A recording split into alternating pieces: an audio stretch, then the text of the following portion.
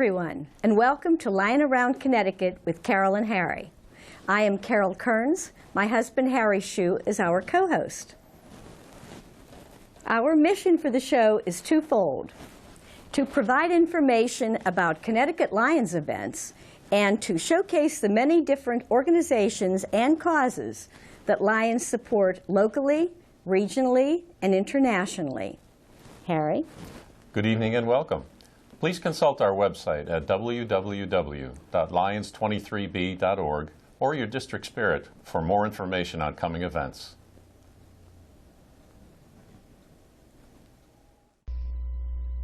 Hello, everyone, and welcome to Lying Around Connecticut with Carol and Harry.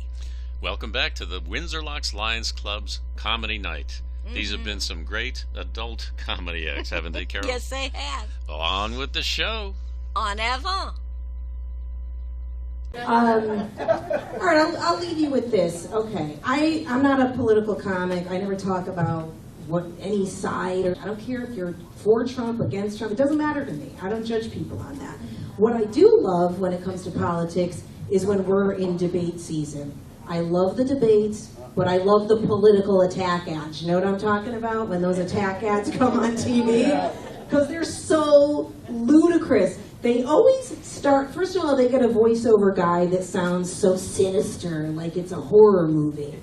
And they'll start the commercial with something that kind of reels you in because it sounds believable. So now they build it up to the end where it gets so outrageous that you don't even know what's real and what's not, and now you're against that person, right? Like it might start out with, Ted Cruz voted no to raising the minimum wage. And like, oh my God, he did? He's so mean. And it's like, Ted Cruz didn't pay taxes for 2 years. Instead, he spent the money on hookers and a rare stamp collection depicting famous hookers. Ted Cruz outsourced jobs to Mexico, and he doesn't even eat Mexican because it gives him the runs. Because his colon is racist.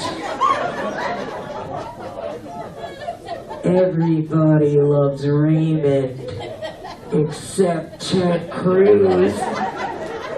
Now,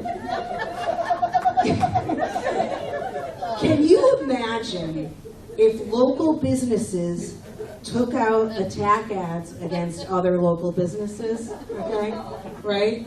Now, imagine if Daleen Flooring took an attack ad out against Kaoud Oriental Rugs.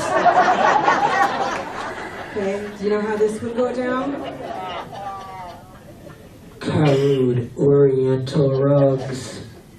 More like ISIS flying carpets. All right, you guys have been awesome. I'm going to get back to Jimmy. Enjoy the rest of the show. Claudia.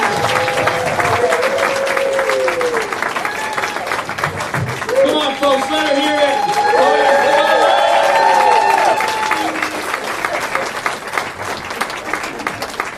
James, not only did you graduate high school, you got another education tonight. Yay! Good for you. Are you going to make commercials from back here someday? Could be a marketing man. She was awesome, wasn't she? That was a lot of fun. I don't know if anybody knew this, but they're taping this for Lying Around Connecticut. So, like, what's that? The show is called Lying Around Connecticut with Carol and Harry. Carol and Harry. Lying Around Connecticut is L-I-O-N, but he said it's a play on words. I think that's cool. Well done. Well done. All right. Thank you, Carol and Harry. The Lions, get it? Yeah. Or all you drunk people here raising money for good causes. God bless. Irish people again, right? How many people have been to Ireland? Clap if you've been to Ireland. Doesn't matter if you're Irish or not. Yeah, you gotta go. It's great. 10 years ago, we went out for a family event, and my first time there, and there was like 12 of us, and we went to this little tiny town called Quinn over by Galway, We walk into a pub at like 2:30 in the afternoon. There's one old man in the bar, like one at the bar. And there's two younger guys, you know, off to the side. 20, 30 minutes later, we hear bang. The old man had fallen off his bar stool, hit his head on the floor, out like a light, right? Now, we're from New York. We looked over right away and we went, wow, that sucks. Then these two guys come running over like, oh, don't worry about him. Look at that, 315. Time for Timothy to go home now. And they pick him up and they're dragging him out, dragging him out. They start talking to us. Oh, you yanks should have a good time. Go down the street and buy some sweaters from Miss Mary. She'll love you to death. And don't worry about this guy. He'll be back tomorrow at 11:30. Now, come on. And as they get him closer to the door, he wakes up, reaches in his pocket, and pulls his keys out. My friend Vicky goes, he's not going to drive, is he? One of the guys holding him up goes, well, of course he is. He can't walk. I swear that's a true story. Lots of Windsor. You guys are amazing, all of you Lions. We really love you that we're here with you tonight. Thanks for being here. Are you ready for your headliner? Are you excited? Come on. You might have seen this guy at Comedy Central. You might have seen him on Orange is the New Black. And maybe on this little tiny show people have heard about called The Sopranos. Please, ladies and gentlemen, welcome my good friend, Mr. Rob Falcone. Rob Falcone, ladies and gentlemen. Thank you very much, Jimmy. Isn't he marvelous? The last name's Stavola, like a violin. It's like, it's not, hello? Some thanks, huh? Gets me out of jury duty.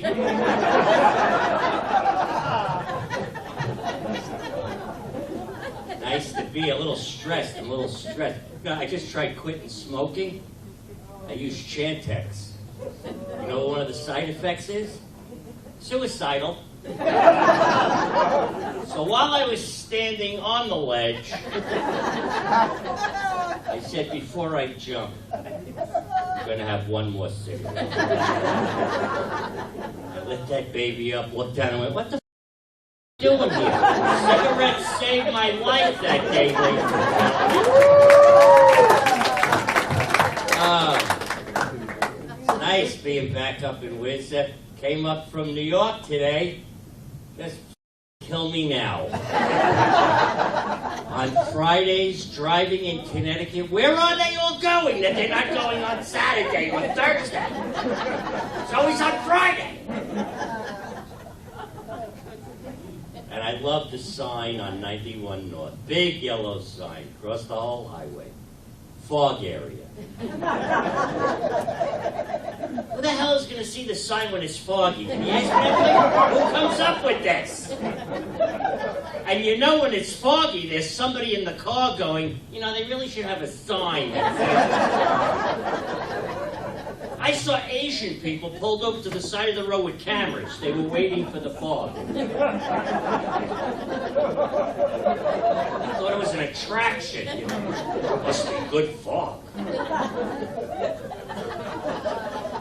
Well, I drive all over. I see crazy road signs. In Long Island, they got a sign. You ready? Swear to God. Caution. Low-flying planes. How the hell are you cautioning a car for low-flying planes? What, do you lower the air in your tires? I don't know what to do with this. I'm sitting there driving going, well, down. Everybody get down. I don't know how low. Take your hat off.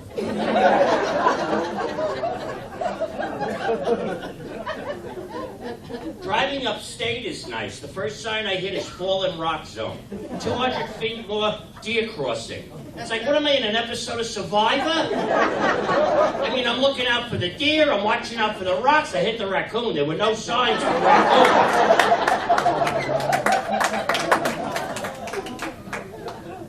I know.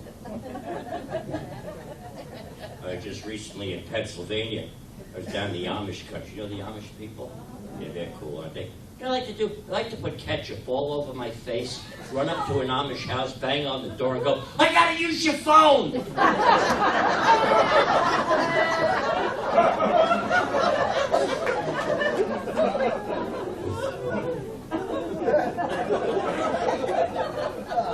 Don't you hate when you driving your car, whether you're smoking a cigarette or a joint like I was, it falls out of your mouth, it always finds that half-inch space in between the seat and the console. You can throw that joint 100 times, that crack will never go in. Falls out of your mouth like Houdini, it just disappears. You're on your hands and knees looking for it, you never find it. The cop finds it. As soon as he looks in the car, is that yours? Ah! See that? Not 2 weeks I'm looking for that. Well, it's yours now.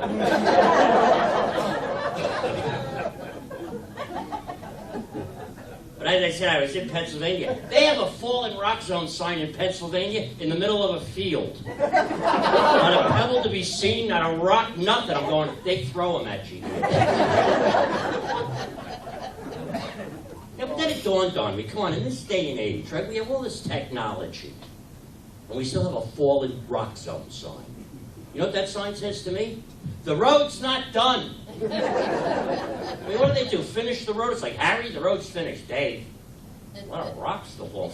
Put up a sign, we're done. Wrap it up, we're out of here. And if you see any deer walking around, put up one of those signs, too.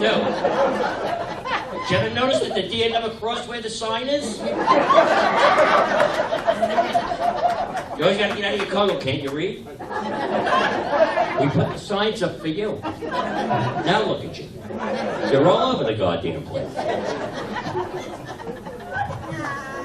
You know, true story, there was a town in the Midwest that had the deer crossing signs in the town. So this woman called up the radio station complaining. She said, why don't we move the signs outside of town so the deer cross there and not in the town?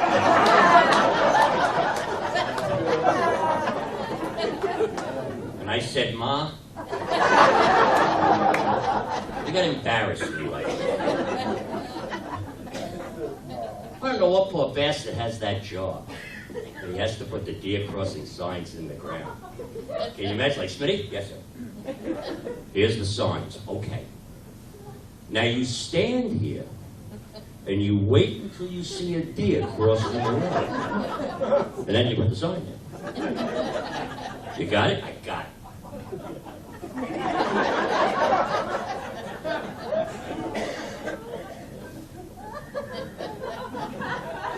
Go to bed. After 10 hours, it's like, the hell with this. Puts it in, walks away, and that's why the deer don't cross where the sign is. A lot of driving, I've come to the conclusion, today when you drive on the roads, you're taking your life in your hands now, right or wrong?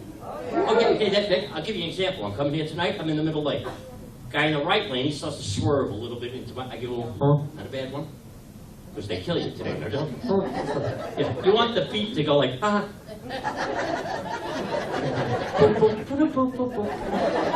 Don't get pissed, just let you know that you're coming into my lane here. And as I'm passing, I see he's texting in the car, which is always smart. You know, I'm doing 80, I think I'll type. So of course when I pass, what does he give me? Yeah. This is why they should be flamethrowers on cars.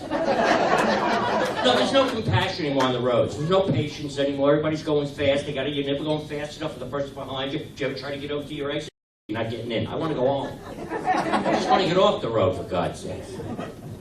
It's not. We're all geared up. We have to do everything fast today. We have no more patience for anything. You know why? I'll tell you why. High-speed internet. We weren't like this with dial-up. I'm telling you, it's the technology that's going to kill us all. It's too much. We're not ready for half a yet. I mean, look what we have in the car now. Now we have GPS in the car, right? One more attachment to distract us from driving. You have the GPS. You have the cell phone. I'm always stuck behind that person in the SUV going, what the hell has he got on that TV?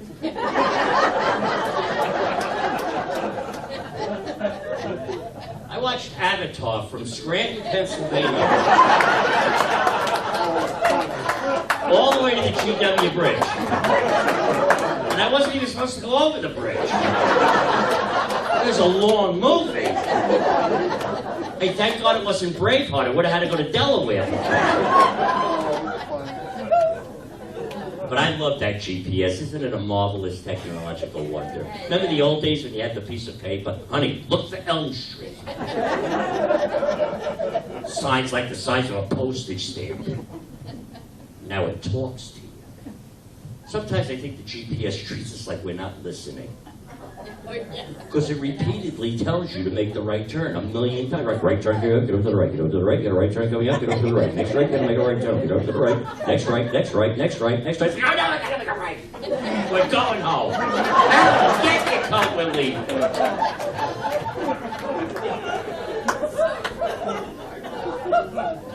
My GPS is in my phone. So I bought a new phone, so I had to download the app into the new phone, and I did, and I started on a road trip, and I thought it automatically went to English. It was in German. I thought I was in an old World War II movie. I'm driving along, all of a sudden he had 999, right. That scared the hell out of me. I hate Churchill, I didn't even see the movie. I thought you should have won. What do you want from me?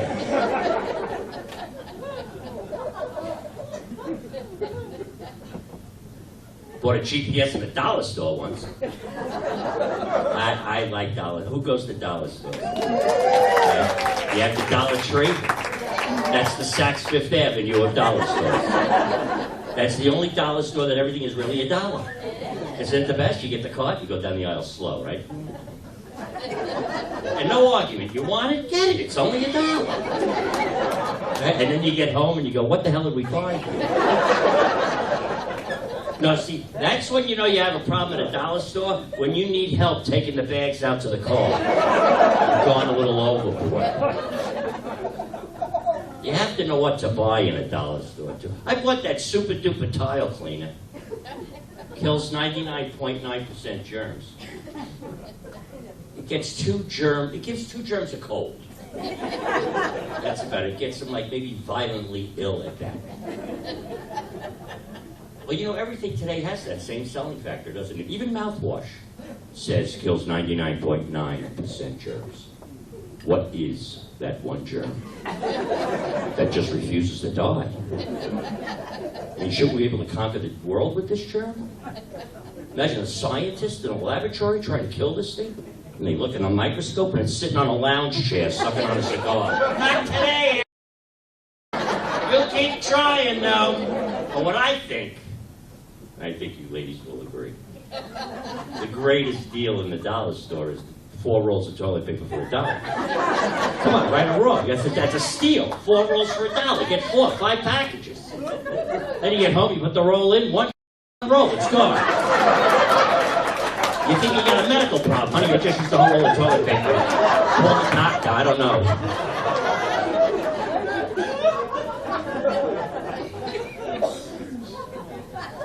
Hey, Costco. I went to Costco 5 years ago to buy toilet paper. Used the last roll yesterday. Groceries out on a forklift. They had a box of cereal in Costco. It was so big. The prize inside the box, set of luggage. Set of luggage was inside the box of cereal. But anyway, I buy the GPS in the dollar store. I bring it into the car, I hook it up, I turn it on, it goes, I can get you close. 80% it's a left. At least I'm not speaking German. I mean, technology. Cell phones. We have the technology to make life easy when you're driving, to drive hands-free. But you still see people driving in the car with the phone up to their head. Drives me nuts. I hate that when I see that. Wouldn't you love to find out the number just once of that person? When you're behind them, you could call them up. Hi, how are you? Yeah, would you like to do me a favor? Yeah, move the over, would you please? Right behind you, that's where I am. Multitask. Yeah, watch as I pass you.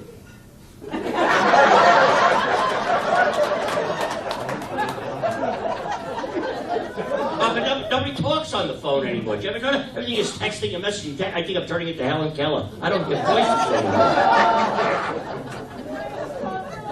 They got sex texting. They text sexing. Sex text. That's a step you do. See, when I was growing up, we had phone sets. So you spoke to the person. So you knew it was a woman. When you do this texting thing, you know, it could be a guy named Fred in Minnesota on his bed, eating a ring ding while he's doing this to you.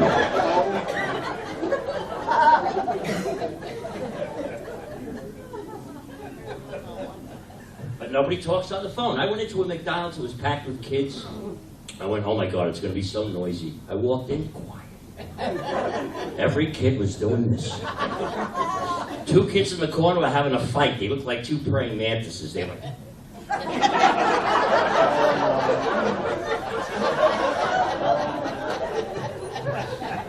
Nobody talks. You know, right? You could date a girl on the internet, never hear her voice. Yeah, you message back and forth. I tried it. Lasted 4 messages. Well, because what happened was, she'd send me a message, I'd start to answer the message, 3 more messages would come before I could finish the first one. So my second message was, will you shut up for 2 minutes?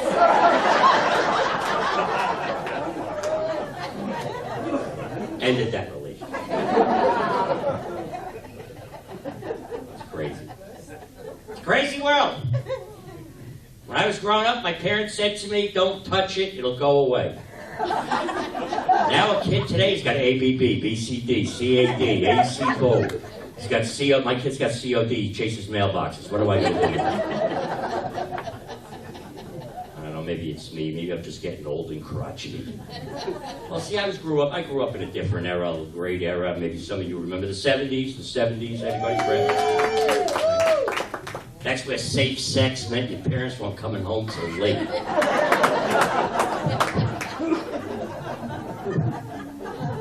Now you have to be politically correct today, right? I'm from a dysfunctional family. Terms like anal retentive, what kind of a term is this? Oh, he's very anal retentive. Well, get him off the carpet. Take him to the hallway. I got linoleum. I mean, I hear anal, I hear retentive. I got a medical purpose. Asshole retenting, is retenting a lot? Yes. In the kitchen, we'll put newspaper down near the door. We'll put him over there.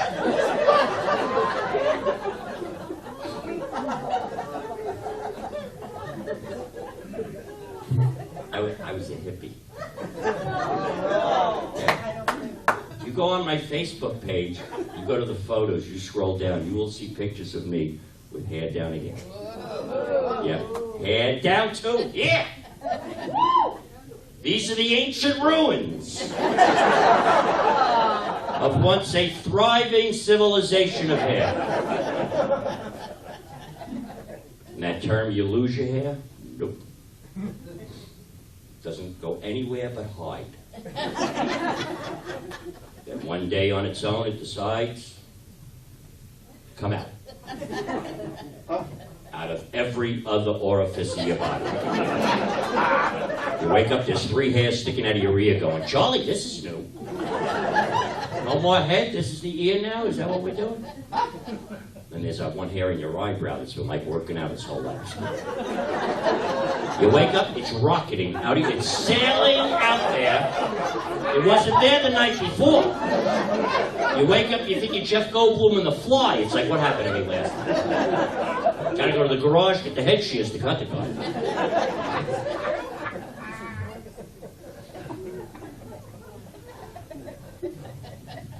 Getting old. You know you're getting old when you walk into antique stores and you go, hey, remember we had that?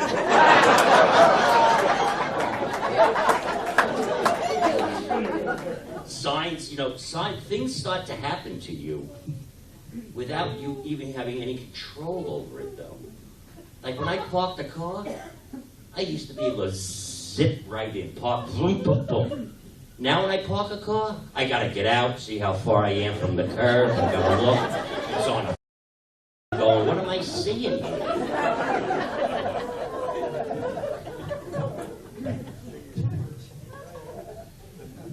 Some advantages, though, when I go for a prostate examination, well, I consider that sex. I put cologne on, I bring a Sinatra CD, Come fly with me, let's fly away. Doc, dim the lighting and I'm ready. I don't know. Usually when you hear the snap of the glove, you go, okay, he's coming in. I'm not down on all technology. I think cable TV is amazing.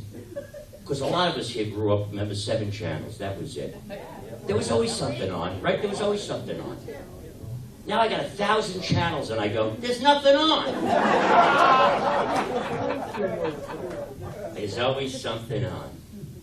I yell at the TV now. That's how I know I'm getting older too. You yell at the TV. Come on, what are you talking about? It's like I saw they were doing another Titanic documentary. The Real Mystery. The Real Mystery of the Titanic. What mystery? Didn't you see the movie? There were survivors that told us what happened. And I figured it out. Well, what did you read on? And it is, well, we want to know what really happened so it never happens again. And let me just say that in 105 years, not one ocean liner has hit another iceberg. I think we're doing okay. So I yell at the TV, or if I see one more product that's selling for $19.99. Right, what? Again, $19.99. Miracles, there's miracles. There's miracle mops, miracle brushes, miracle brooms. The only way if it's a miracle if it turns into a French maid and has sex with me on my kitchen floor. $19.99. Why can't I buy one for $10.50 or $10? Why do I have to buy 2? Oh, it's a good gift giver. Oh yeah, roll of tape says it's from the heart.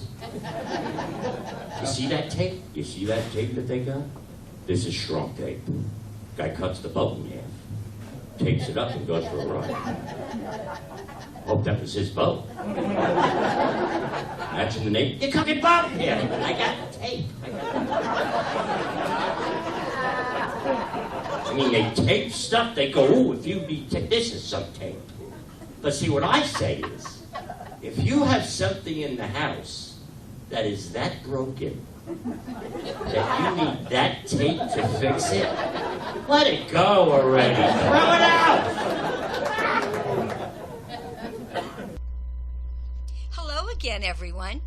And congratulations again to the Windsor Locks Lions. As you can see, they have 77 years of service to their town. But haven't these comedians been great so far, Carol? Fabulous. Come back next week for more. So that'll do it for this episode of Lying Around Connecticut with Carol and Harry. Bye now. Bye-bye.